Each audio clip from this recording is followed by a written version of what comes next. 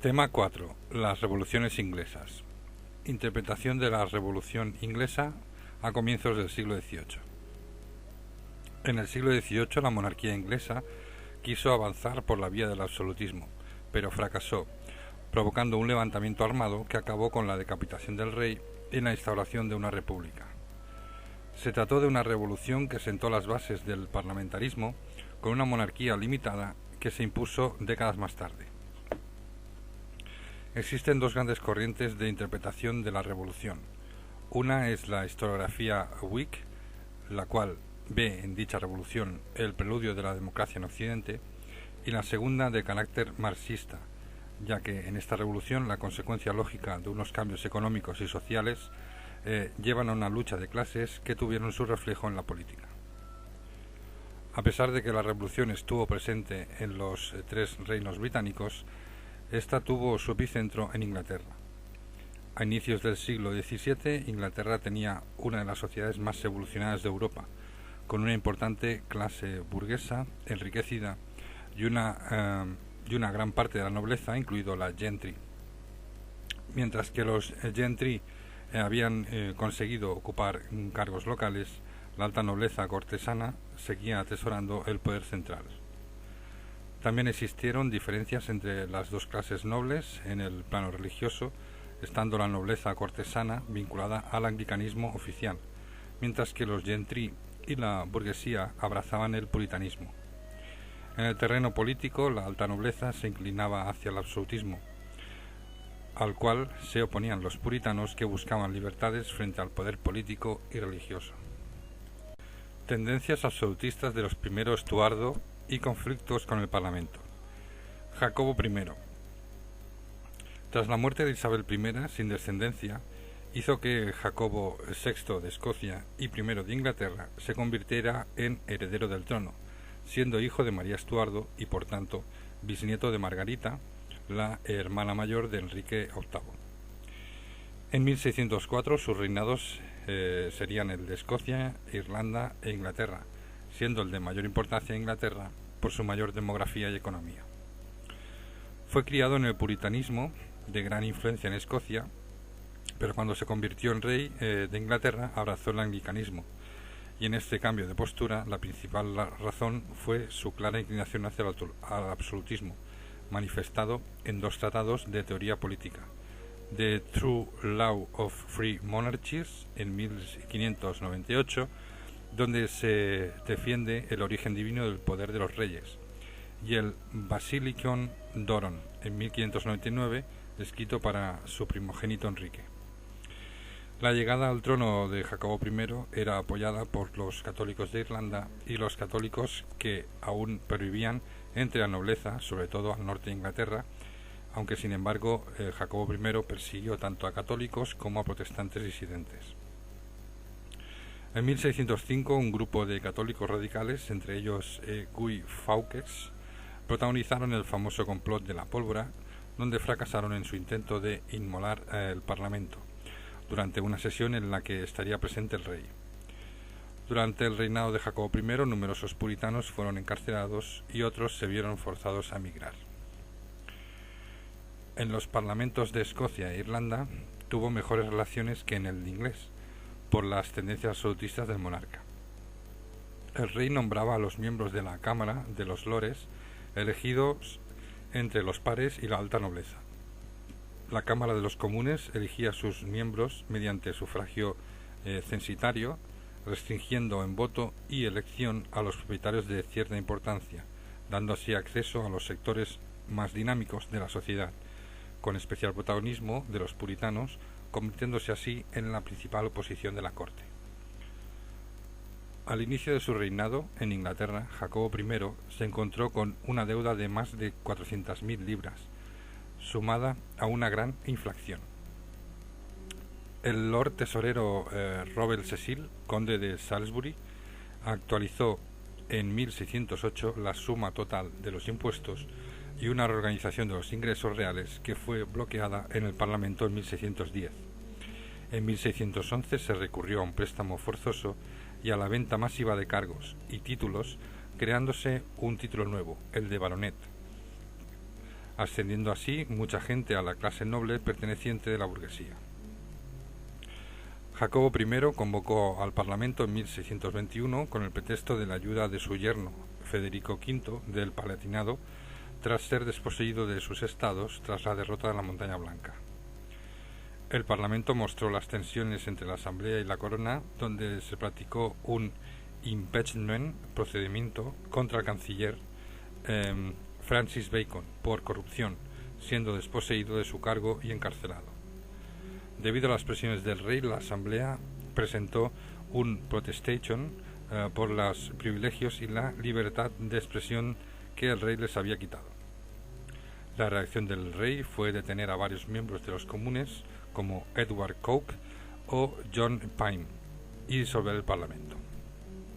Tras la muerte de Cecil en 1612, el gobierno había evolucionado a un sistema de favoritos, similar al de otras monarquías europeas.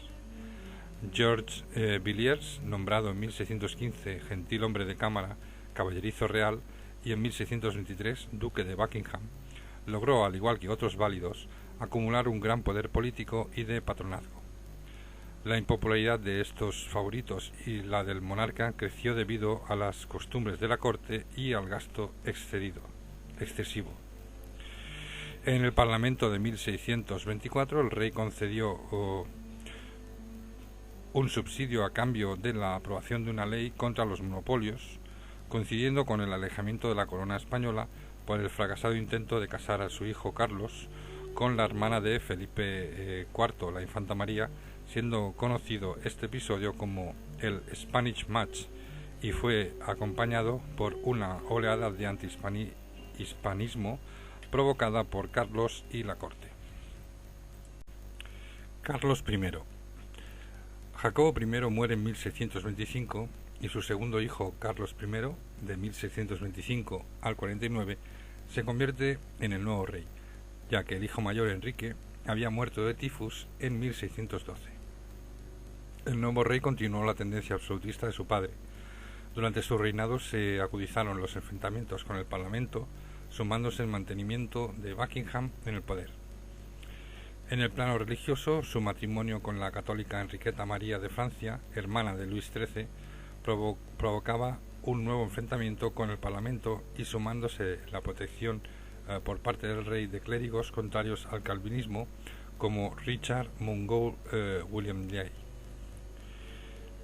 En 1625, debido al inminente enfrentamiento contra España, el Parlamento aprobó dos subsidios mediante dos aranceles, el tonnage y poundage, que afectaba a la importación del vino y la importación y exportación de otras mercancías, con la intención del Parlamento de controlar la corona y el sistema de tarifas.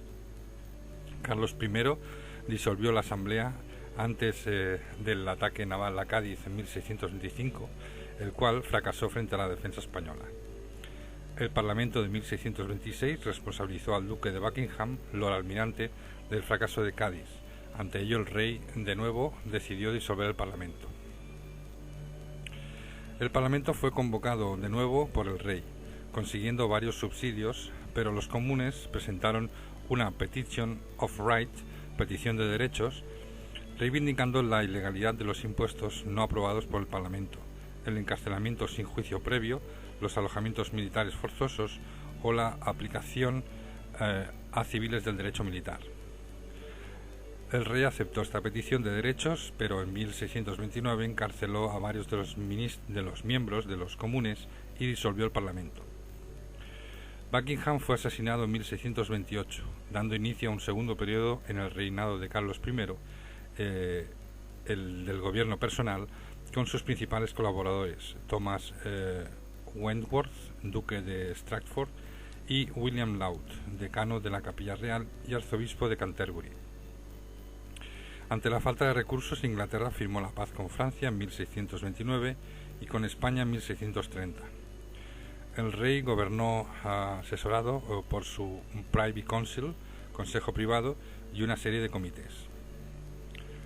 Las ausencias de recursos se palió con ventas de cargos, la creación y venta de monopolios, además de multas nuevas y tarifas aduaneras, entre otras medidas como el Ship Money de 1634, impuesto para incrementar la flota naval que se podía aplicar en tiempos de guerra y zonas costeras, pero el rey lo aplicó en tiempos de paz y lo extendió a todo el reino en 1635.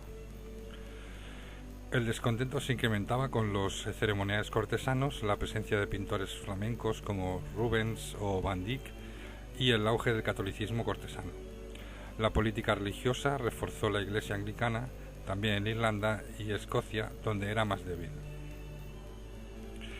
En 1640 el rey volvió a convocar el Parlamento con la intención de recibir un subsidio, pero ante las quejas y reivindicaciones políticas de los comunes, Carlos I volvió a disolver el Parlamento. Por otro lado, tropas escocesas entraron en Inglaterra derrotando al ejército real y ocupando Newcastle. Ante ello, Carlos I volvió a convocar el Parlamento, que duró hasta 1653. Esta nueva asamblea se decidió a llevar a cabo reformas políticas donde quedaban claras sus prerrogativas, forzando al rey a prescindir de sus dos principales colaboradores, siendo Stratford ejecutado y Laud encerrado en la Torre de Londres y desposeído de sus cargos. El Parlamento suprimía los tribunales de prerrogativa regia, declaró ilegal al Ship Money y otros impuestos y aprobó el Triennial Act of Dissolution Act, donde obligaba al rey a convocar el Parlamento cada 3 años. Tras la retirada de las tropas escocesas en 1641, se produjo en Irlanda un levantamiento católico con la matanza de 3.000 protestantes. John Pym presentó en el Parlamento la Grand Remonstrance, la protesta, criticando la actuación del rey y solicitando restringir las facultades reales, proponiendo que el nombramiento de ministros y embajadores contara con la aprobación del Parlamento. El Parlamento aprobó la propuesta y el rey contraatacó en 1642, presentándose con tropas en la Cámara de los Comunes con la intención de apresar a los líderes opositores sin conseguir su objetivo. El pueblo de Londres se sublevó y Pym, con ayuda de Cromwell, creó un comité de defensa para hacerse con el control de las tropas. El rey se trasladó a Oxford junto a su familia con la intención de enfrentarse al Parlamento haciendo uso de la fuerza. El Parlamento promulgó una ordenanza de la milicia. Ambas cámaras declararon traidores a los seguidores del rey. La guerra civil. Encontramos dos bandos diferenciados. El bando realista, conocido como los Cavaliers, respaldado por la Iglesia anglicana, y la alta nobleza, incluida la católica y parte de la gentry, sectores conservadores y con sus mayores apoyos en el norte y oeste. Y por otro lado los parlamentarios, conocidos como los Roundheads, apoyados por puritanos, gentry, burguesía urbana y trabajadores de las ciudades con apoyo en el este y el sur. La guerra hizo surgir diversos grupos y tendencias político-religiosas, como puritanos radicales, independentistas que pedían la creación de una república basada en el sufragio censitario, o los Levelers, liderados por John Leyburn, que pedían la supresión de la Cámara de los Lords, la igualdad política social y una completa tolerancia religiosa. El rey pactó en 1643 con los rebeldes irlandeses e incorporó sus tropas al ejército real, además de los escoceses realistas. Se sucedieron batallas escasamente decisivas. En el bando del Parlamento destacó Oliver Cromwell, de 1599 a 1658, el cual creó una agrupación de caballería, los Ironsides, que resultaron ser decisivos en la batalla de Marston's Moor en 1644. El Parlamento mantenía diferencias con los sectores moderados dispuestos a pactar con el rey, lo que llevó en 1644 al enfrentamiento entre los condes de Essex y Manchester, con el triunfo de los radicales sobre los moderados. Se creó un ejército de 22.000 hombres denominado New Model Army, inspirado en el ejército sueco de Gustavo Adolfo, y de gran influencia puritana entre los soldados. En 1645 las tropas mandadas por Cromwell y Fairfax vencieron a los realistas en la batalla decisiva de Naseby. En 1646 los realistas se rindieron y el rey fue apresado. Entre 1647 al 49, se presentó el Agreement of the People, manifiestos que planteaban una organización republicana, algo que no aceptaban ni moderados del Parlamento ni la alta burguesía, ya que no veían con buenos ojos igualarse a la pequeña burguesía. Carlos I logró escapar, pactó con los escoceses y se dio inicio a la Segunda Guerra Civil en 1648. Cromwell ganó la batalla de Preston en agosto de ese mismo año, entrando al mes siguiente en Edimburgo.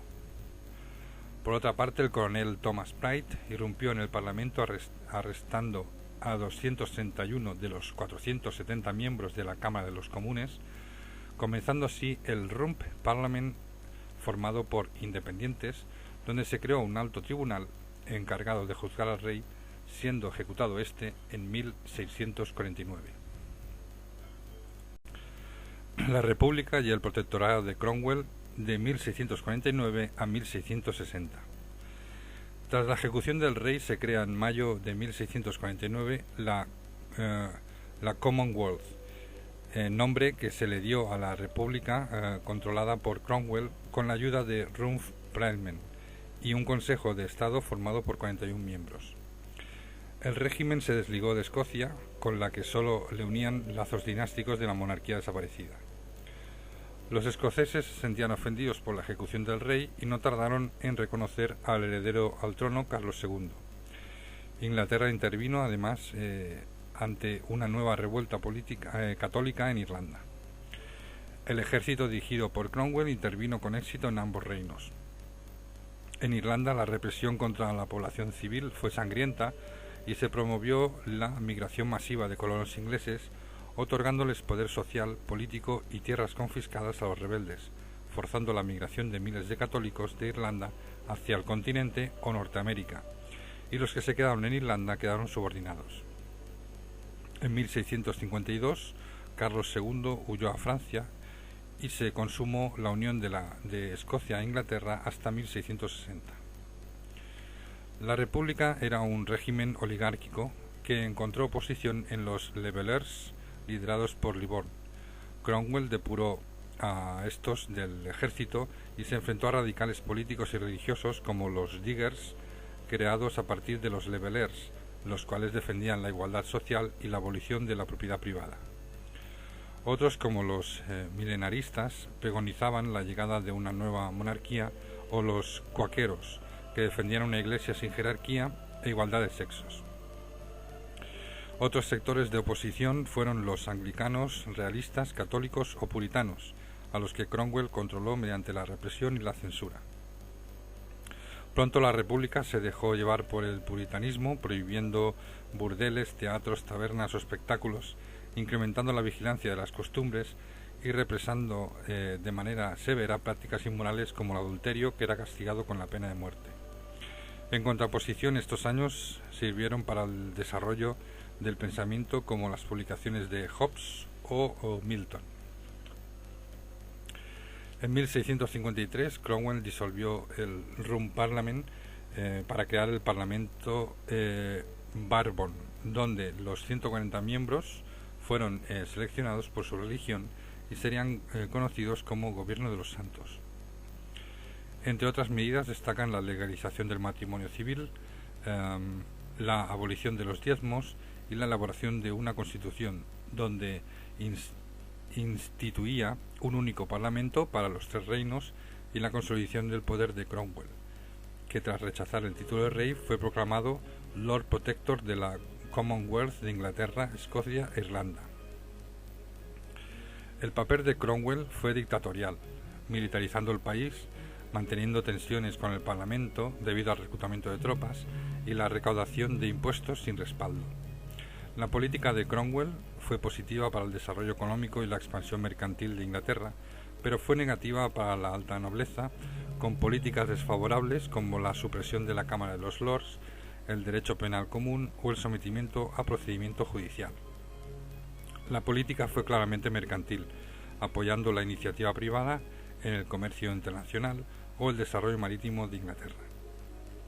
Inglaterra tenía una fuerte competencia comercial en las Provincias Unidas y Cromwell propuso una unión política y económica que fue rechazada por los neerlandeses, por lo que el Parlamento promulgó la Navigation Act en 1651, ley proteccionista que reservaba el comercio en sus puertos a navíos ingleses o del país del que provinieran las mercancías en prejuicio de los neerlandeses. Eso llevó entre 1652 a 54 a una guerra mercantil entre los dos países que los ingleses acabaron ganando y finalizó con la firma del Tratado de Westminster, donde los neerlandeses aceptaron el Navigation Act, lo que provocó la quiebra del monopolio neerlandés del tabaco, pieles o azúcar y el incremento inglés en el tráfico de esclavos. Así, a partir de ese momento, Inglaterra tendrá un creciente protagonismo en el comercio internacional. El dominio colonial fue uno de los protagonistas de la expansión, ya que la ayuda prestada a Portugal en 1654 consiguió que ésta se separara de España y facilitó la expansión mercantil. En la guerra contra España conquistó Jamaica en 1655 y en 1658 intervino en la batalla de las Dunas, anexionándose Dunkerque. En las colonias inglesas de Norteamérica se impuso la Navigation Act, implicando así la subordinación económica a la metrópolis. La restauración de los Estuardo, de 1660 a 1688. Tras la muerte de Cromwell en 1658, le sucede su hijo Richard, de 1658 a 1660, siendo éste incapaz de realizar la labor de su padre, lo que hizo que abandonara el poder en mayo de 1659. En 1660, el general George Monk convocó nuevas elecciones en la que surgió el llamado Parlamento Convention de mayoría monárquica y que llamó al trono a Carlos II, desde 1660 a 1685, en virtud de la Declaración de Breda, donde el nuevo rey aceptó mantener las conquistas revolucionarias, así como el gobierno con el Parlamento.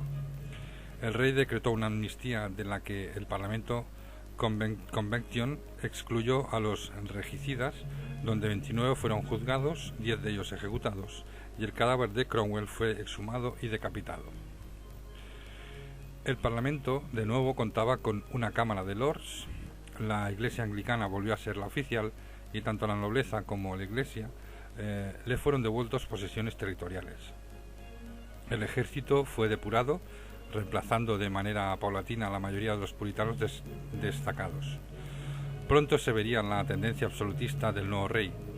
En 1662, un nuevo Act Uniformity obligó a todos los eclesiásticos a suscribir el nuevo Prayer Book, y los que se negaron fueron expulsados de sus parroquias y perseguidos. A ello se sumó una persecución católica a los que la opinión popular vinculaba con el absolutismo, además de acusarles de los males del país, como la peste de Londres de 1655, el incendio de 1666 o el intento de asesinato del rey en 1678. En ese mismo año, 1678, los miembros católicos fueron excluidos de la Cámara de los Lords y el puritanismo, instalado en la sociedad de los tiempos de Cromwell, dio paso a una relajación de las costumbres. Durante el reinado de Carlos II surgieron dos tendencias políticas: los Tories, que defendían el reforzamiento de la autoridad real, la aristocracia y la Iglesia, y los Whigs, contrarios a la alta nobleza y defensores de los derechos del Parlamento. El Parlamento de los Cavaliers promulgó un nuevo Triennial Act en 1664, obligando al rey a convocar el Parlamento al menos una vez cada 3 años. Pero el rey no lo respetó, ya que desde 1681 gobernó sin Parlamento. Los Whigs encabezaron en 1679 la aprobación del Bill of Exclusion, logrando así apartar de la herencia al trono a Jacobo, duque de York, debido a su condición católica. Carlos II no aceptó dicha medida y disolvió el Parlamento en 1681. Los Whigs reaccionaron organizando diversos complots, una organizada por el protector de Luke, segundo conde de Salisbury, el cual tuvo que huir a las Provincias Unidas, y la otra donde Rittenhouse Plot, planeó el asesinato del rey y el duque de York, donde el duque Monmouth, hijo ilegítimo de Carlos II, iba a sustituir al rey. El rey gobernó de manera absoluta, viviendo de los subsidios de Francia, manteniendo un ejército permanente para controlar el orden, restaurando la censura y suprimiendo libertades, aunque antes de morir se convirtió al catolicismo. En política exterior, la venta de Dunkerque a Francia hizo disminuir la popularidad del monarca, que por otro lado apoyó la política antiespañola con la alianza de Portugal y el matrimonio con Catalina de Braganza en 1662. De 1665 al 67 hubo una nueva guerra mercantilista contra las Provincias Unidas, donde el almirante neerlandés Ruyter remontó el Támesis, originando destrozos y propagando el pánico, pero el avance en los Países Bajos por parte de Francia durante la Guerra de Devolución obligó a los neerlandeses a firmar la Paz de Breda con Inglaterra en 1667, donde a cambio de Surinam y la suavización de la Navigation Acts, las Provincias Unidas entregaban a Inglaterra sus posiciones en América del Norte. En los meses siguientes, Carlos II se unió a las Provincias Unidas y Suecia en la Triple Alianza de La Haya contra Luis XIV. En 1670, con el Tratado de Dover, Luis XIV se comprometía a entregar 2 millones de libras a Carlos II a cambio de restablecer el catolicismo, añadiendo otros 3 cada año que Inglaterra interviniera en la guerra que el monarca francés proyectaba contra las Provincias Unidas. La relación con los otros 2 reinos de la corona británica no mejoró, aunque en 1660 se anuló la unión con Escocia y se trató de mejorar las relaciones con Irlanda.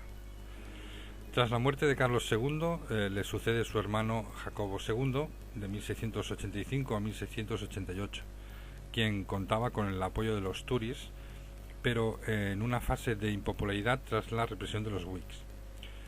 Se produjeron 2 rebeliones instigadas por los Whigs, la del duque de Monmouth en Cornualles y la de Argyll en Escocia, que se mezclaba con reivindicaciones escocesas.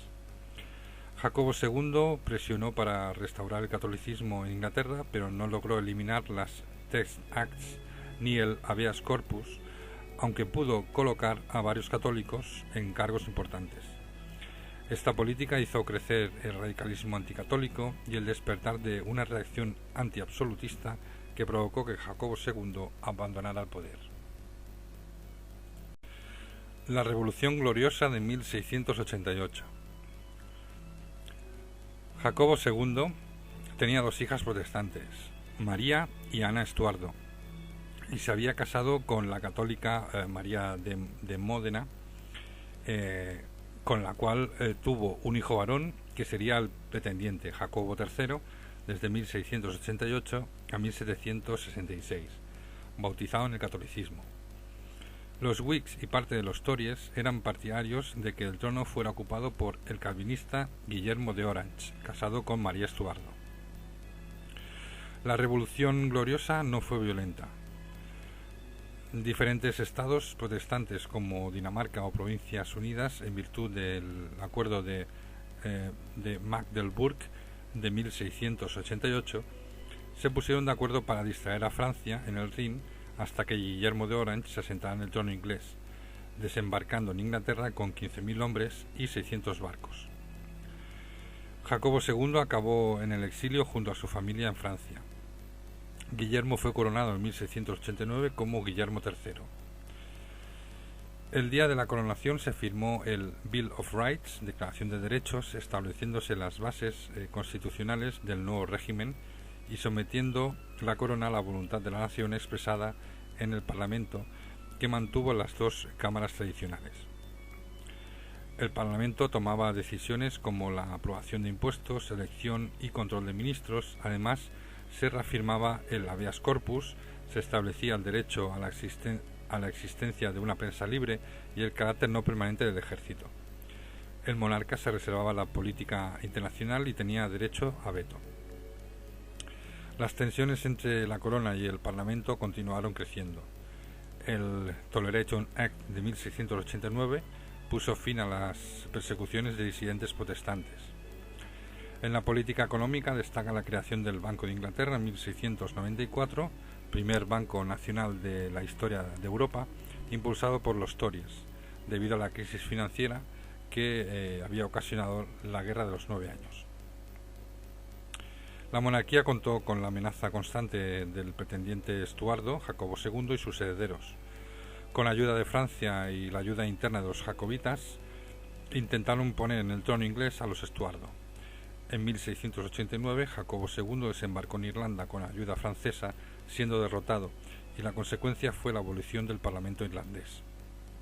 También en Escocia hubo apoyos por el monarca depuesto, como en 1688, donde el conde de Dundee encabezó una rebelión apoyada por los clanes de los Highlands, siendo muerto en combate en 1689, pero a pesar de su muerte, las rebeliones continuaron.